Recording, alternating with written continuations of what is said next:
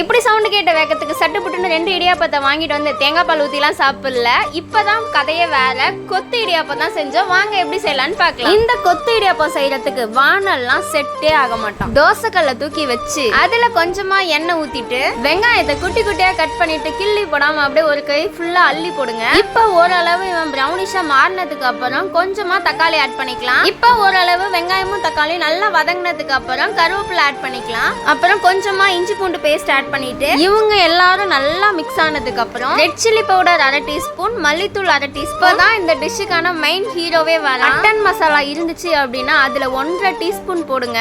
இப்ப இவன் நல்லா மிக்ஸ் ஆனதுக்கு அப்புறம் இவன் அப்படியே நடுப்புற குழி பறிச்சு ஒரு முட்டையை எடுத்து ஊத்திக்கலாம். அப்புறம் என்ன நம்ம கொத்து பரோட்டாவை கொத்துற மாதிரி, ஆனா இங்க டம்ளர் வச்சு கொத்த போறது இல்ல, கரண்டியாலே மிக்ஸ் பண்ணி விட போறோம். இந்த முட்டையோட எல்லாம் சேர்ந்து நல்லா மிக்ஸ் ஆனதுக்கு அப்புறம் முட்டையும் ஓரளவு வெந்து வந்துடும். அதுக்கப்புறம் நம்ம இடியாப்பம் வாங்கணும் இல்லையா, அந்த இடியாப்பத்தை நல்லா பிச்சு போட்டு இதுல ஆட் பண்ணி இப்போ இவனை நல்லா மிக்ஸ் பண்ணி விட்டுட்டு கொஞ்சமா புதினா கொத்தமல்லி அப்புறம் 1/2 டீஸ்பூன் பெப்பர் தூள் போடுங்க. வேற லெவல் டேஸ்ட்ல இருப்பான். எங்க சைட்ல ஒரு செட், அதாவது 2 பீஸ் இடியாப்பம் வந்து தேங்காய் பாலோட சேர்த்து 15 ரூபாய். உங்க சைட்ல எவ்வளோ அப்படிங்கிறத கண்டிப்பா மறக்காம நம்மளோட கமெண்ட் பாக்ஸ்ல கமெண்ட் பண்ணுங்க. இந்த வீடியோ பிடிச்சிருந்துச்சு அப்படின்னா மறக்காம நம்மளோட சேனலுக்கு லைக் தட்டிட்டு சப்ஸ்கிரைப் பண்ணிடுங்க. டாடா.